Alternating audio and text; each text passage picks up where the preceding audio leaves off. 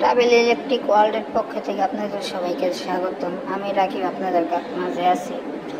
Technical কিছু কাজকাম নিয়ে আপনাদের মাঝে তুলে ধরার চেষ্টা করি। আজকে একটি পাওয়ার সাপ্লাই সকেটের সমস্যা যার কাজ আপনাদের মাঝে তুলে ধরলাম। প্রথমে আমি একটি পুরাতন সকেট নিলাম, সকেটটিতে দুটি তার লাগিয়ে নিলাম। সোল্ডারিংটি যাতে ভালো হয় সেদিকে খেয়াল রাখবেন। পরবর্তীতে পুরাতন সকেটটি সার্কিট হতে আলাদা করে নিলাম। যেহেতু সকেটটি সমস্যা তাই এই সকেটটি আমি আর লাগাবো না।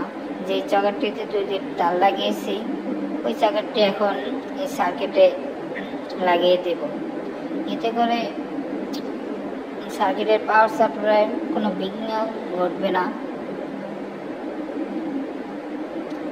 আশা করি সবাই সাবস্ক্রাইব করে আমার পাশে থাকবেন এবং লাইক এবং কমেন্টের মাধ্যমে উৎসাহিত দেবেন। এখন কাজটি সম্পূর্ণ হয়েছে, সবাই দোয়া করবেন।